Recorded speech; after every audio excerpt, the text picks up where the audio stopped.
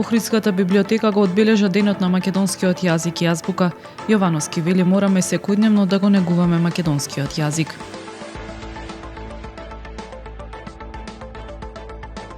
Мал број представки од Охрид и Струга во 2022 се доставени до Комисијата за спречување и заштита од дискриминација.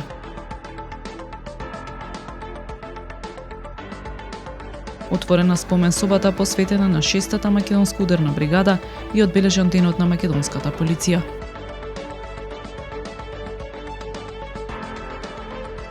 Охриѓани денес на градскиот плоштад на дружба со ракометарите на ГРК Охрид. Времето утре сончево и топло со температура до 21 степен.